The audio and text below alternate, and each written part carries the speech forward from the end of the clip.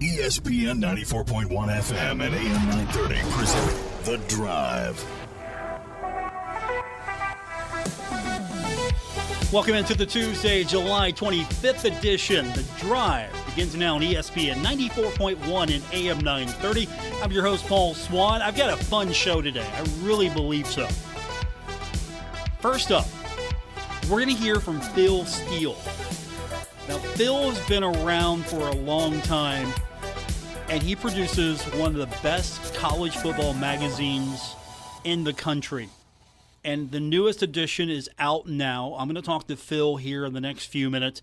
We're going to talk about the magazine. We're going to talk about, of course, the Sun Belt, his thoughts on Marshall. So I'm excited to talk to Phil. We'll do that coming up here in the next few minutes. Also, a little bit later on in the program, we're going to hear from one of the former Huntington Blizzard players that came into Huntington for the remembrance of Jim Bermingham. We're going to hear from Van Burgess. I caught up with him Saturday, and he had a few things to say about his return to Huntington, also remembering Jim Bermingham. So we'll hear that.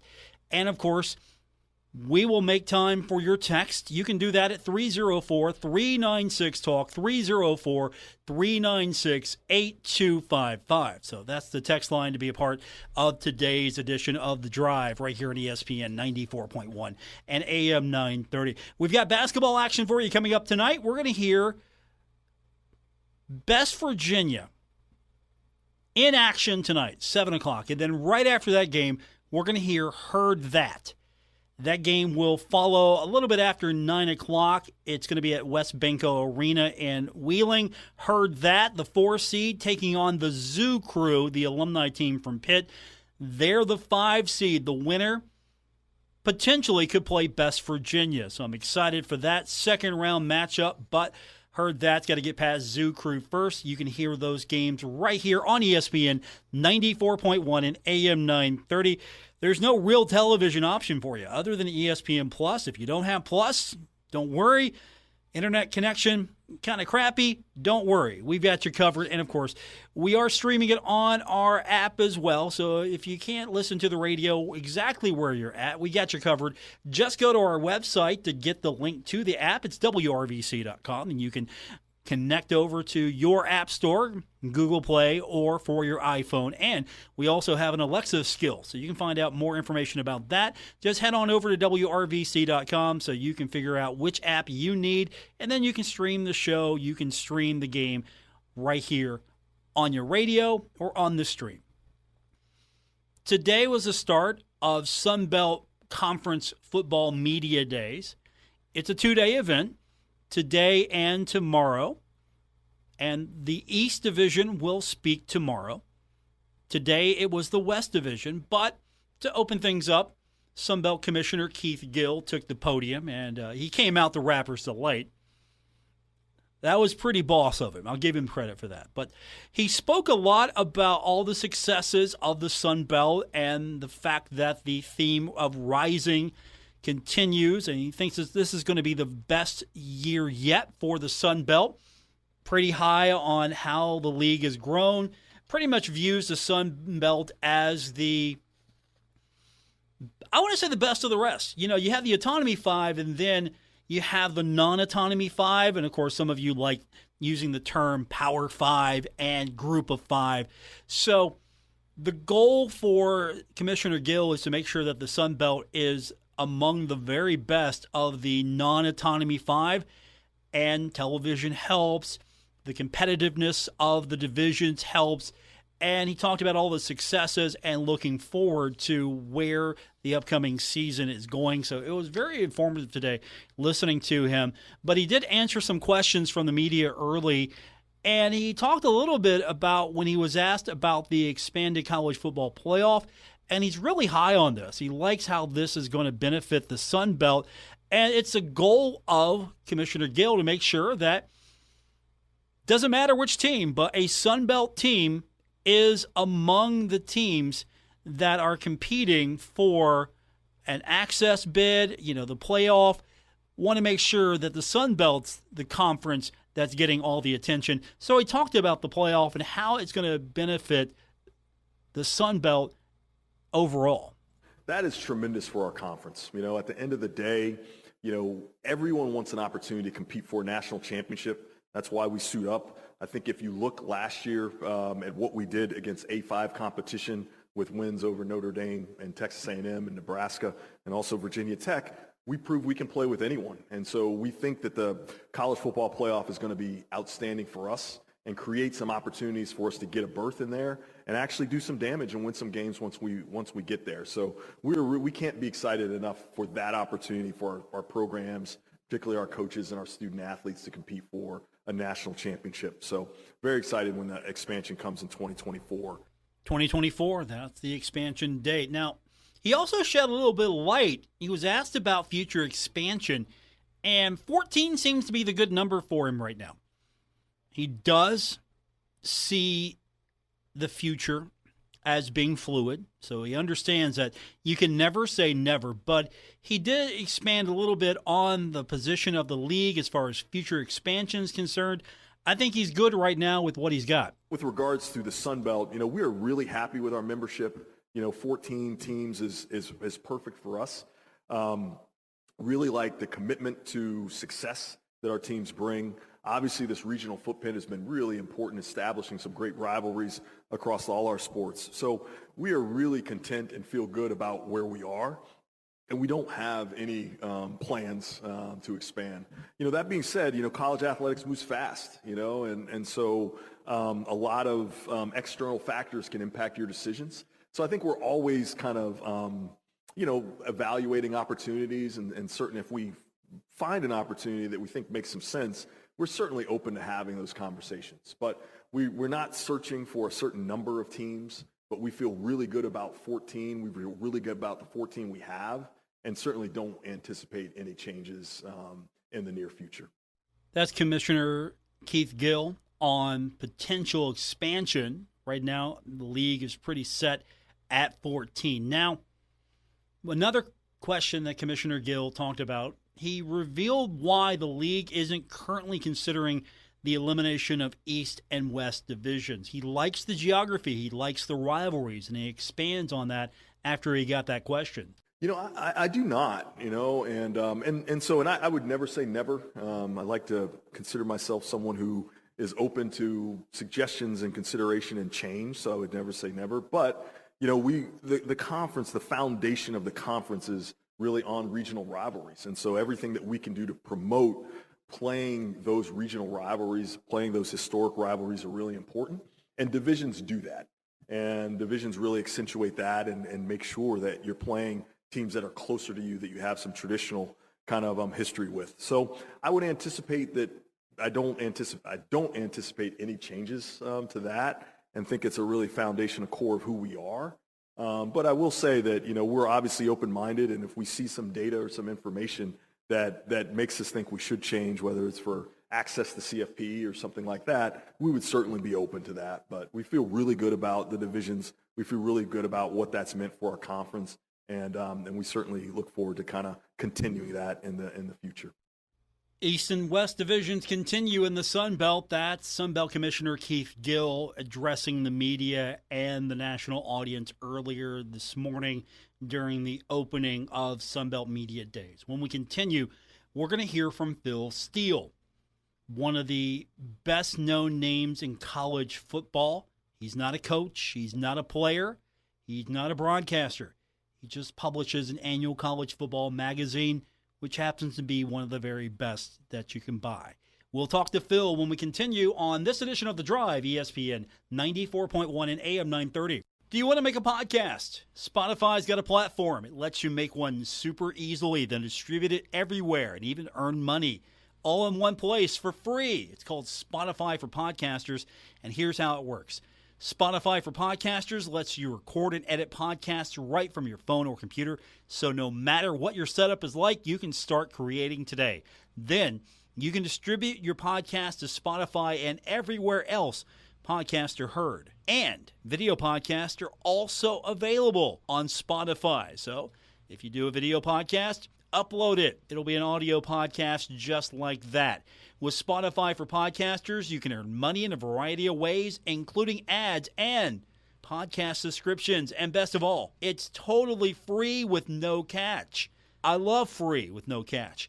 And ever since I discovered Spotify for podcasters, I feel like I've got options. I highly recommend you give it a try too. Find out what options are available for you. Download the Spotify for Podcasters app or go to spotify.com/podcasters to get started. This is The Drive with Paul Swann on ESPN 94.1 FM and AM 930.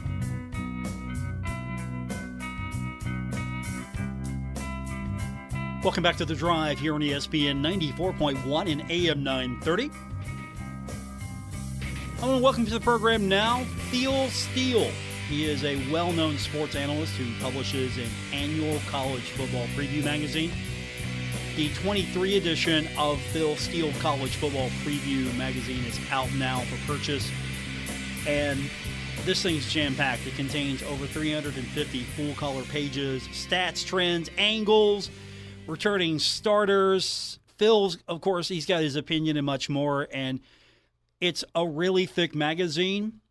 In a day and age where people don't buy magazines, Phil, I think you have single-handedly kept the print business alive. The funny thing is, everybody talks about the internet and how the internet's so fast, but I feel my magazine is 2 to 3 times as fast as the internet in a lot of areas. I mean, if you were to need a reference point on any of the 133 teams, all the information is in the same spot on every page for every team. So you know what their record was 3 years ago, what a game was last year, final score, who the leading rusher was. You could just open up the page, point, and you know exactly where it's at. Meanwhile, if you went to all this 133 schools' websites, click on them, go to sports, go to stats, they're all set up differently. You're probably 5-6 clicks away from finding the same information. So it really is quicker than the internet. You've been doing this a long time, and you still have the passion today that you had years ago when I first started talking to you. You know, what makes it exciting every year? Because college football has expanded. As you mentioned, we're 133 teams. I know you don't hand this work off to anybody. You're doing it all yourself. So what keeps it exciting and fresh for you, knowing that college football keeps growing and growing, and you just keep expanding and expanding with it? Yeah, and you know, Paul, it's actually all I do is college football. I don't follow any other sport out there. So 365 days of the year, I'm worried about college football. It's to the point now where on Sundays I don't even watch the NFL. I'm watching taped college games all day long on Sunday. Just for the way the magazine has progressed, the fact that many people do refer to it as the Bible of college football. You know, I talked to 123 of the 133 head coaches this year, and each of them give me about an hour of their time on the average. So to me, that's a lot to do. It's something I've loved as a child was football. Now it's all college football, and even with the transfer portal and the NIL stuff going on, it's still a lot of fun for me. That's a good point. With the transfer portal, with NIL, how much have you had to adjust to the uncertainty of college football players just being able to jump around anywhere and anytime they want to? Yeah, it makes us push the magazine deadline back. I used to go to the press, Paul, in May and get that thing out by early June. The old magazine adage is you want to be the first football magazine on the newsstand. Everybody buys it. Second magazine, third magazine they buy, and then they're pretty much done. But people wait around for mine. So when they first originally announced the transfer portal this year, they said it was going to be open till May 30th. I cringed because if it's open till May 30th, I can't find out where all the players are going. But then they made it May 15th this year, thank goodness. And what I did is I gave it 3 full weeks. We didn't go to the press until June 7th. All the coaches had my cell phone number, and I said, look, I don't care if it's June 6th. You get a player signed. Text me, call me. And we were making frantic changes on the pages on June 6th, 2 days before we went to the press. But it's made us put the magazine back further. But we were able to capture, I feel, 95, 96% of the transfer portal signees. So it really is the most up-to-date magazine out there. And that's something, years experience in talking to you, you feel like you're the most accurate magazine out there, and you back it up every year. And I'm not going to name publications, Phil, but I've looked at a couple other publications, kind of see where they're at, what they're talking about. And I always find things that I just highlight, and that's wrong, that's not right, that's changed. For you, your publication is almost bulletproof. It's as accurate as the day it prints. And I don't think other publications can really say that. Yeah, and this year, Paul, before we even went to the press, I saw magazines were hitting the newsstands June 1st, which means they had to go to the press May 1st before the portal even closed. And if you check their rosters, you'll find some players that are on the wrong teams in some of the early magazines that went out. And like you said, back in 1995 when I started this thing, Paul, there was probably 20 college football magazines on the newsstands. Now, what is there, 5 or 6? But we still continue to go strong, and we still have the same base of people that get the magazine each and every year and have to have it. Joining me is Phil Steele from College Football Preview. The 23 edition is out now, and you've expanded over the years. You're doing a lot more online with FCS. You also have services for people who just can't get enough college football. What are some of the things that maybe fans might not know about that you're doing? Because you, as you mentioned, you're doing this every day, all year round. You're a 24/7 portal for football. Yeah, absolutely. I appreciate that, Paul. Yeah, the website, philsteele.com, when you go there, during the season, we update the stats and the individual stats. You can get the last 25 years results for each matchup. It's just loaded with information. Phil Steele Plus is what I use when I'm doing radio shows during the year. I can click on it, become an instant expert on any team. In fact, I've been on radio shows, Paul, where somebody asked me about an FCS team, and I don't follow the FCS as well as I do the FBS, but when I click on my website, I can say, oh, yeah, they're 4-2 this year. They're outgaining opponents by 102 yards per game.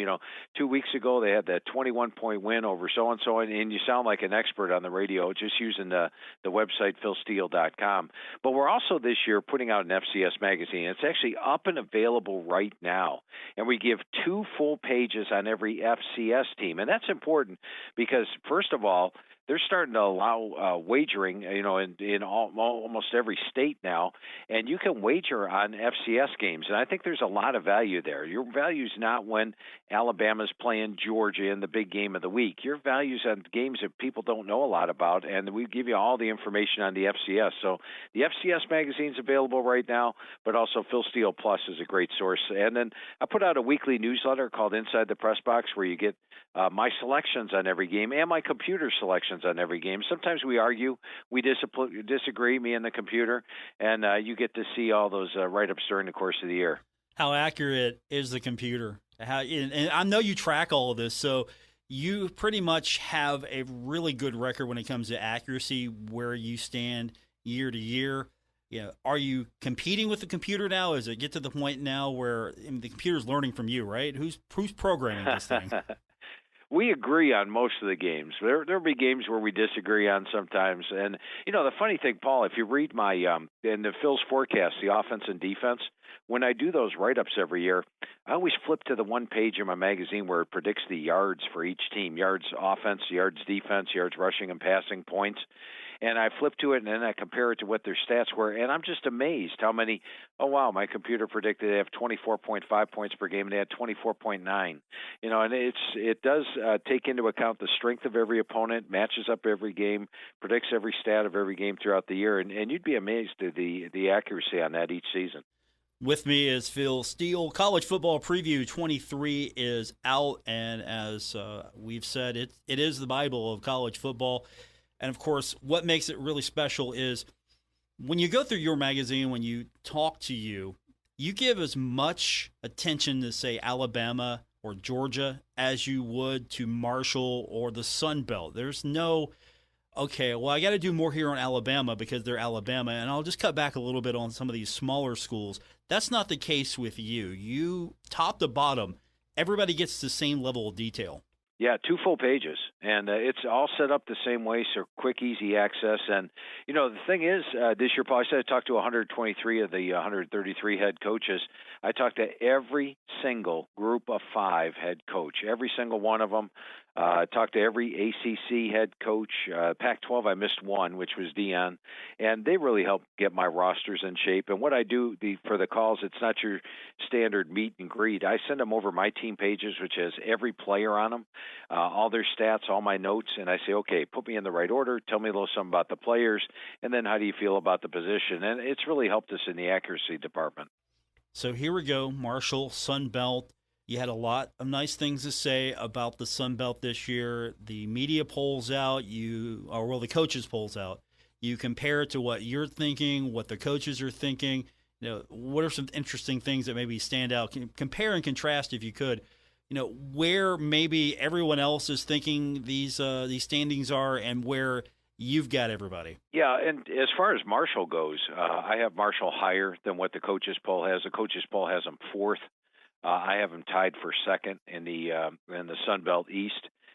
When I look at Marshall, I like the fact that Cam Fancer's back. I think he's going to be a vastly improved quarterback this year. And while they lose Kalen LeBourne, let's keep in mind, Rasheen Ali was a 1,400-yard rusher 2 years ago, and he was the leading rusher in the last couple of games for Marshall last year once he recovered from injury. Now he's a year removed from that injury. I think he'll be back to that form he had back in 2021. They had in a player like DeMarcus Harris from Kentucky, a wide receiver. My little bit of concern would be the fact that last year, if you follow Marshall, they had a powerful defense. It just sort of stampeded over their opponents and powered over them. This year, they're going to be a little less of that and maybe a little more cerebral and surgical. Not quite as strong up front, but still a very good defense. And Charles Huff's doing a great job there. Now, their schedule might be the toughest in the Sun Belt. They have to play NC State on the road, East Carolina on the road, two very tough games. App State is on the road. Coastal Carolina is on the road. They pull South Alabama out of the West, which is difficult. Might be the best team out there. So toughest schedule out there. I think App State, when you look at them, has got the easier schedule of the bunch. And App State will be an improved team this year. I did pick them to win the conference. The coach's pick was James Madison. I actually have James Madison tied for third in the Sun Belt, along with Coastal.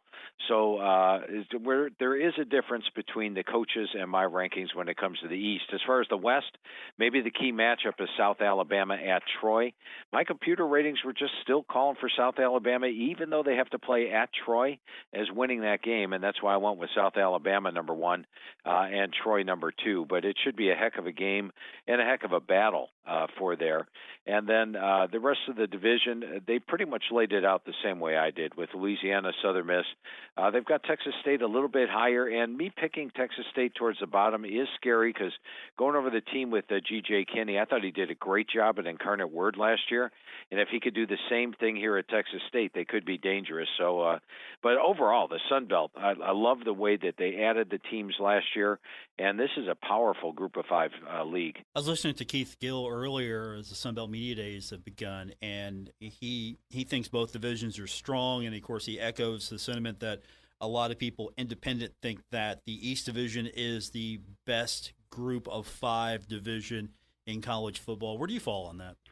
I'd say they're right there, yes. In fact, the good news is for the Sun Belt this year is last year, in my mind, the East was vastly superior to the West, whereas this year the West has really made some strides and closed that gap.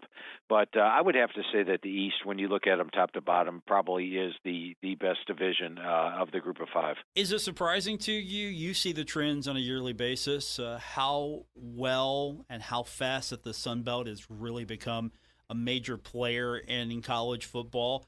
A few years ago, you might have said the American was the biggest Group of Five league. Sun Belt now probably contends for that. It's just it's been amazing to think that the Sun Belt years ago, you might not even regarded them as a good football conference, and now they're among the best. Yeah. Remember when some Sun Belt teams left to join CUSA? Yeah, I was there. I remember that. Well, CUSA is the better conference by far, no doubt about it. And now look at the two conferences compared to each other. Yes, it has surprised me. If you would ask me, let's say 8-9 years ago about where the conferences rank, I would have had the Sun Belt at the very bottom, along with the MAC, those two at there, and CUSA clearly ahead of them. But now there's there's no comparison between the Sun Belt and CUSA. The Sun Belt's a better conference. Is it due to leadership You bring in a commissioner like Keith Gill, you have strong leadership. It feels like the league gets it. It wants to move forward. And these are simple things: marketing, positioning your teams in divisions that make sense. He's doing all these common sense things. Why is the Sun Belt, in your estimation, more successful than some of the other leagues at this moment? Yeah, and part of its location, being more towards the South, I think is big because, as we know, college football is huge in the South. Then the other thing is I like the additions that they've made.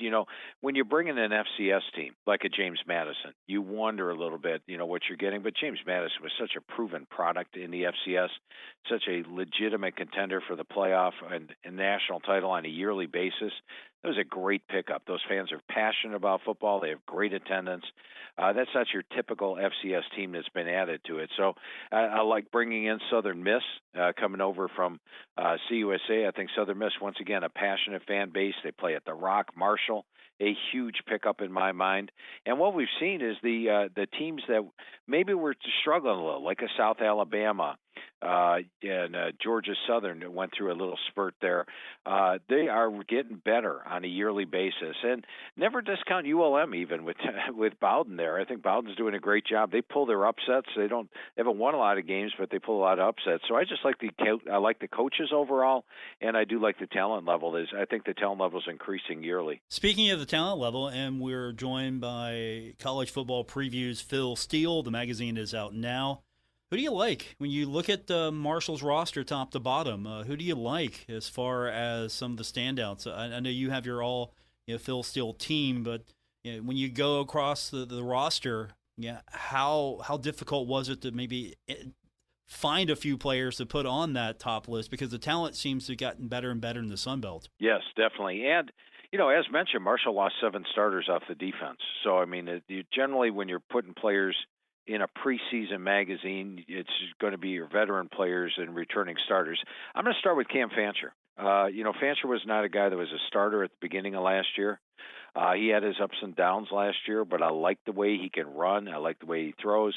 And I thought Marshall was playing by far its best ball down the stretch. In fact, you look over those final 5 games they had last year, they basically just rolled over their opponents, and Fancher was a big part of that. Rasheen Ali, I think, is one of the best running backs in the league. Generally, when you come off an ACL, the first year you're not 100%. Well, it wasn't ACL, but when you come off an injury, you're not 100% that first year off of the injury. The second year you get there, and I would expect him to be back to that level this year. When you look on the offensive line, I think when you look at left tackle Ethan Driscoll, he is 6'9", 316 pounds. He's a guy that has a chance to play in the NFL. He's got long arms. He's got great size. Last year was his first year as a starter, and I think NFL scouts are going to start looking at him very closely this year. And then you got a guy on the defense in Eli Neal. He's an all-conference caliber guy, probably the heartbeat of the team. He's a guy that just plays hard all the time, makes all the calls on defense. He's physical, and he has a good edge to him. At cornerback, Micah Abram. He's a guy that, he's got the NFL pedigree. He's confident. He's got quick twitch and pre-snap knowledge. So I think he's a guy that fits in well. He's got decent size at the cornerback spot. Those are probably the top players that jump out at me right off the bat. And then if you're looking at transfers, I like Kashawn Brown coming over from App State. He started 7 games at linebacker for him last year. Michael Green up front on the defensive end spot.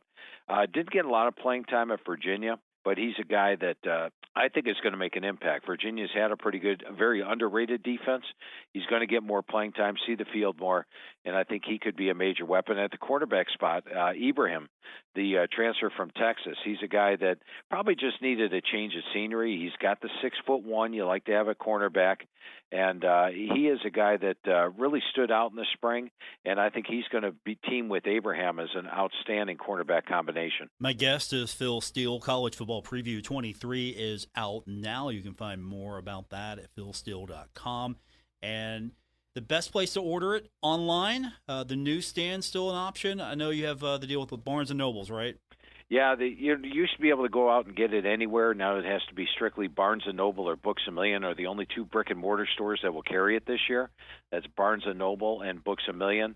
And then you can go online at philsteele.com. And when you go to philsteele.com, I'm going to charge you a shipping charge, and that's really cost to ship things. But when you get the hard copy at philsteele.com, we give you the digital magazine absolutely free. And the digital magazine is updated all the way through the start of the season. So as an example, if you go to the Northwestern team page, it does not list Pat Fitzgerald as the head coach. It lists David Braun as the head coach. So we circle players that are out for the year. Any injuries that happen during the month of August will be noted in the digital version. So you get the hard copy and the digital at philsteele.com, or my good friends at Barnes & Noble have plenty of magazines on hand. Okay, so if you want just to have it in your hands now, go to Barnes & Noble, get it, and you got it. If not, if you want the most up-to-date version, I'm not telling the Barnes & Noble people they don't have the most up-to-date version, but what you just said sold me on the website. Yeah, and it's something that you can update it, and it keeps you posted. So you could even flip to the digital, and then I like to mark up my magazine. I like to circle the players that are out, write the scores in and everything. So I use my hard copy of the magazine. It'll help you keep updated in that respect. And I think something we need to touch on briefly is when you open up the spread for the magazine, it's not this fat page of graphics, and it's not filling up the space just so you can get the page. You're going to have a jam-packed piece of paper here. Yeah, if we get one complaint, Paul, they say, hey, your type size is too small, because I want to put as much information on every single page. And my common phrase here, anytime somebody comes to me with something that's spread out, I'm like, this is not a third-grade book report where we're trying to fill up space. I want information on top of information. And as you mentioned, there's no full-page pictures. There's very little advertising. It's just pretty much – and if you're a casual fan and you want a quick, easy read, you might pick up the information, pick up the magazine, open it up and say, whoa, that's just too much for me, and put it down.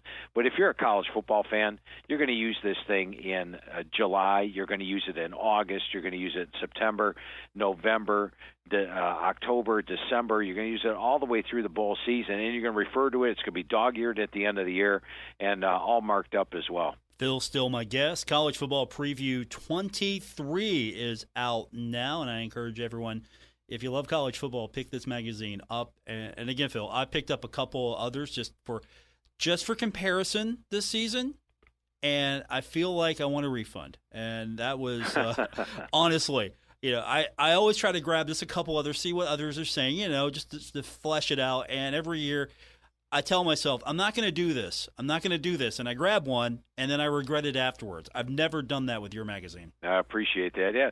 And I think, Paul, probably by the end of the year, is yours all dog-eared?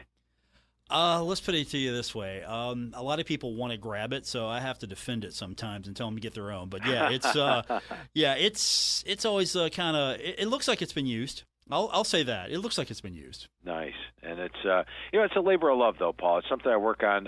It takes us 7 months to produce this magazine. We start the Sunday after Thanksgiving, and it goes all the way through June 7th to put this thing out. And there are a lot of deadlines and push, and get this thing out. But at the end of the year, or when it does hit summertime, this is my favorite time of year. I just do radio shows, maybe work 50, 60 hours a week. But it's definitely a labor of love, but one well worth it. I appreciate you doing this. It's been great to catch up with you. And again, everyone, if you're interested, philsteele.com. If you want to go online and order it, or if you want to pick up a copy today, Barnes & Noble, Books A Million. But I'm not trying to tell Barnes & Noble they don't have the best version, but I think that online version is the best because, as you just said, you're updating it up until the start of the season. So you're getting the most accurate information, and you still get that physical copy if you want to mark it up. So that's really cool, Phil. I have a question for you, Paul. Sure. How long have we been doing these shows together, my friend? We've had off and on, because we haven't done it consecutive every year because you're hard to get a hold of, and that's a tribute to you because so many people want you. We were doing this close to the beginning when I was at another radio station. So early on, you would mail these magazines out at radio stations, and we would book you as a guest. So I might have been with you close to the beginning, probably close to the beginning. And I can't thank you enough for that, Paul. It was those early radio shows that I did, 1995, 96, 97, that helped build the magazine and get it to the place where it was today. And it probably wouldn't be here today if it wasn't for those early radio shows. So I can't thank you enough for having me on way back in the 29 years ago when the magazine came out. Yeah, it's been a long time, and I've enjoyed every moment of it, and I appreciate you getting me back in rotation. And of course, you can follow Phil on Twitter as well, and he tweets a lot of information. But I think the fact that the print magazine coexists with the digital product is probably the way to go, and I hope other people, and whatever their publication might be, follows that model a little bit more, because honestly, the way people are today, they don't really cherish that physical magazine except yours, I think. I appreciate that, Paul. Yeah, it is something that I hear from a lot of people, that magazines are going by the wayside, but not this one. It's actually faster than the internet. Phil's still my guest. Thanks, Phil. Appreciate it. Hey, Paul, once again, can't thank you enough for having me on in the early years, and it's always great talking football with you. Anytime, Phil. That's Phil Steele, everyone. Phil Steele College Football Preview Magazine, now available for purchase. And, of course, go to the website. The website's probably going to be the best place to get it, but if you want to get your hands on it now, Barnes & Noble, Books A Million, that's going to be the best place for you. When we continue, we're going to speak with Van Burgess. I caught up with him on Saturday. We were at an event to celebrate the life of former Huntington Blizzard captain Jim Bermingham. We'll hear from Van Burgess when we continue on this edition of The Drive, ESPN 94.1 and AM 930. This is The Drive with Paul Swann on ESPN 94.1 FM and AM 930.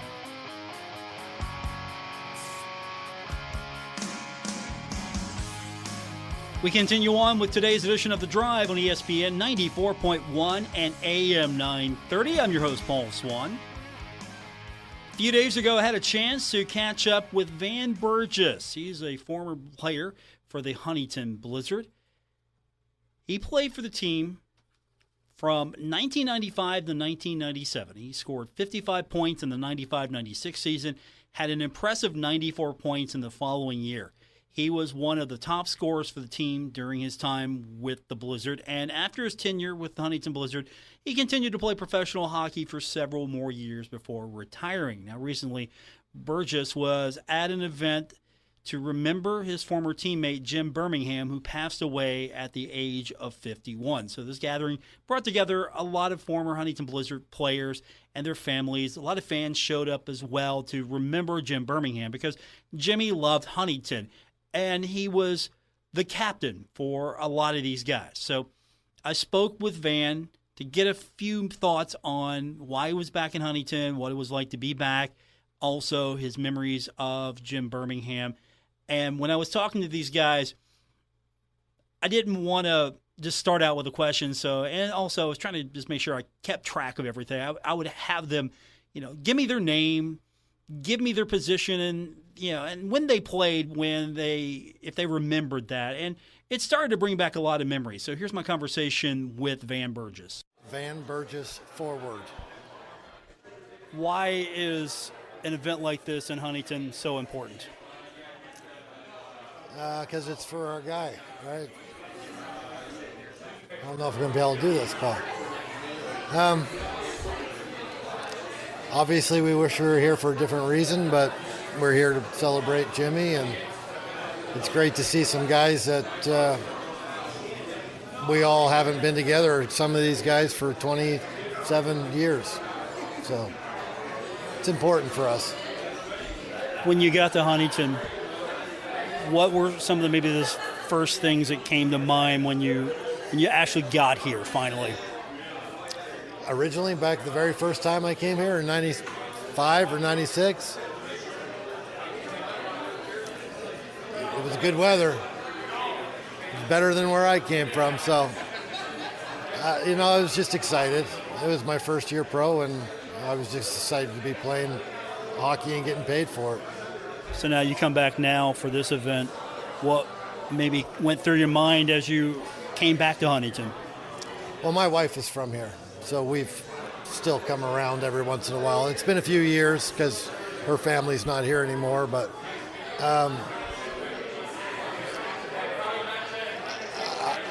I don't know. It's been a weird week for sure. Excited, and then also kind of dreading coming back, really, because of the reason. But I wish that they had all this stuff downtown when the hockey team was here, because it probably would have had a lot more attendance. And that leads me to the next question. You come back to Huntington, you see some of the changes here. I mean, what stands out to you now that you look at Huntington? You've been here before, but you look at Huntington even a few years ago to now. What stands out to you? The whole downtown area, right around the rink. The rink looks a lot better. I don't think there was any shape to it before. I think it was just red or orange, and it was just a box, essentially. And now they got the stuff up front, and it's more enticing. It's a nice-looking building now. And the stuff around here is phenomenal. Obviously, the Huntington needed something like that.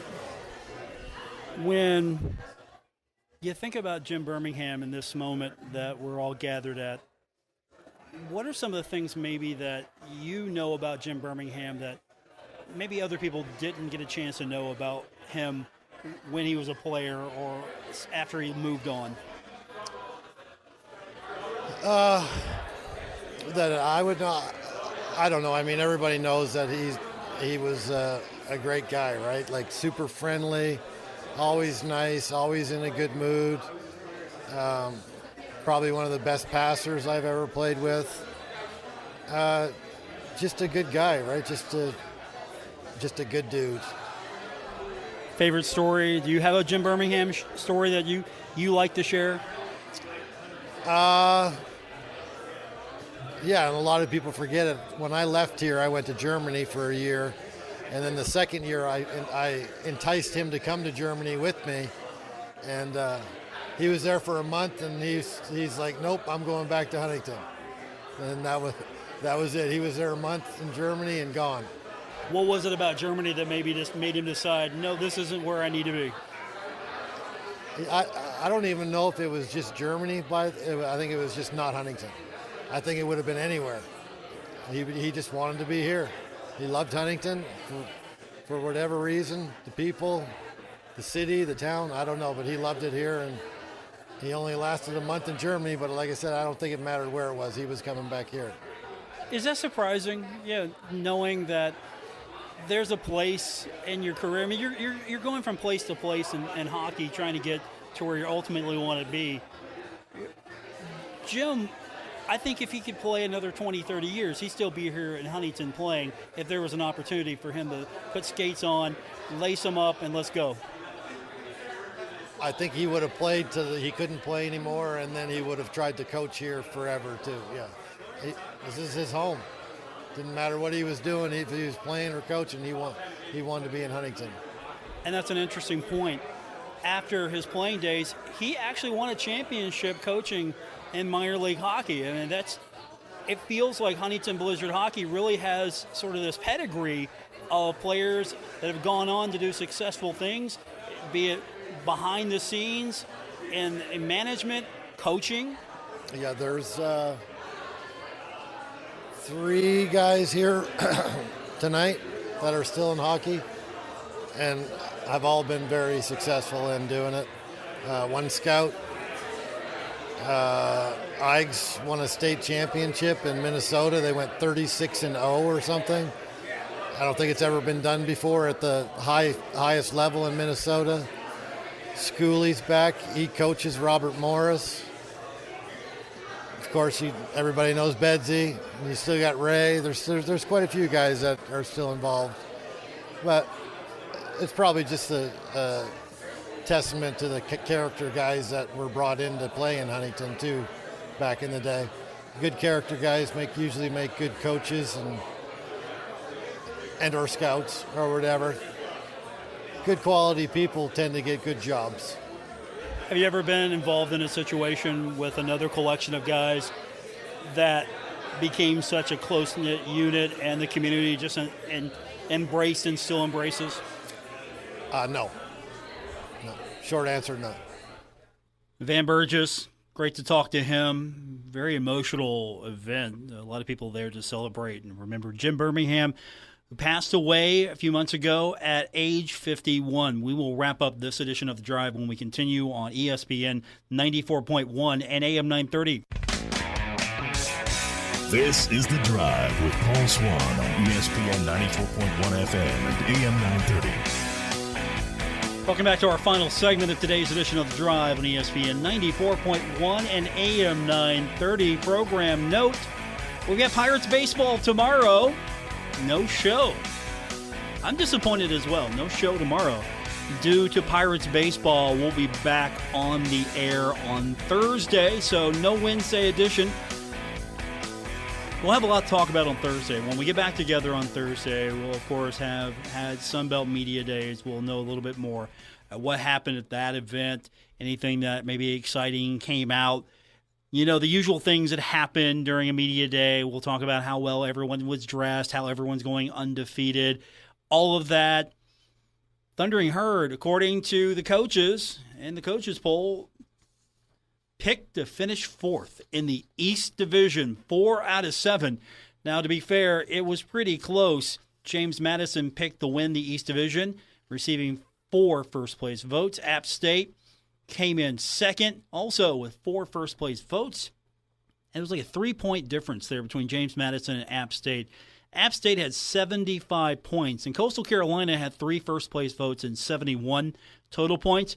Marshall did get 2 first-place votes and ended up with 68 points in the poll. So a lot of people are picking James Madison. A lot of people are picking App State, Coastal Carolina, Marshall. There's no definitive leader, truly, in the East Division. We'll see how it shapes up. In the West Division, pretty much Troy ran away with it, 10 first-place votes. South Alabama, a lot of people might be surprised by South Alabama. 4 first-place votes, ended up second in the West Division. I think the West is going to be pretty strong. I don't think it's as weak as a lot of people think. I think top to bottom, the East Division's better, but top 3, top 4 maybe, pretty strong in the West Division. So that's a look at the divisions. We will get back into it on Thursday. Tomorrow during Sunbelt Media Days, we're going to hear from the head coach himself, Charles Huff. So we'll have a recap of that on our Thursday edition of the show. But I'm looking forward to that. As a reminder, once again, we got Pirates baseball coming up tomorrow in the afternoon. That's going to knock us off the air. So no show tomorrow. But tonight, you want to tune in. 7 o'clock, we've got Best Virginia in the TBT. A little bit after that, 9 o'clock-ish, we've got Heard That in the TBT. All of that right here on ESPN 94.1 and AM 930. Presented by Roosters. And that's going to do it. Thanks for tuning in. I want to thank Phil Steele from Phil Steele's College Football Preview. The 23rd, was it 20, 21, 20? He's been doing it for like 20 years, I believe. So we're getting close to, I think we've been doing this for 2 decades with him. So that's a long time to be the czar of college football preseason publication. And then, of course, it was good to catch up a few days ago with Van Burgess from the Huntington Blizzard days. We were in a special group remembering Jim Bermingham, former captain, Huntington Blizzard, passing away. He loved Huntington. This was like his second home. Really, it was almost like his true home. So thanks to those guys for being on with me today. No show tomorrow, back on Thursday. Thanks for keeping it right here on ESPN 94.1 and AM 930. Until then, good night, everyone. WRBC Huntington, W227BS Huntington. This is your radio home for Pittsburgh Pirates baseball, ESPN 94.1 FM and AM 930.